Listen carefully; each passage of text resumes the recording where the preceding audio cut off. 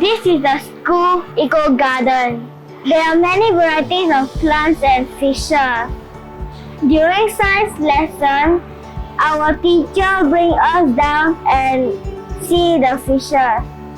That's interesting. As our school's applied learning program is on environmental studies, green spaces like this have been set up in school to help us learn about diversity of plants and animals. I see. No wonder there is a wide variety of plants in the eco garden. I also see an inverted fish tank in the pond. How interesting! Yes, my friends and I often come here to observe the fishes during recess. Do you know that we also have habitat tanks with marine creatures and stick insects? Wow, these are not commonly seen in schools.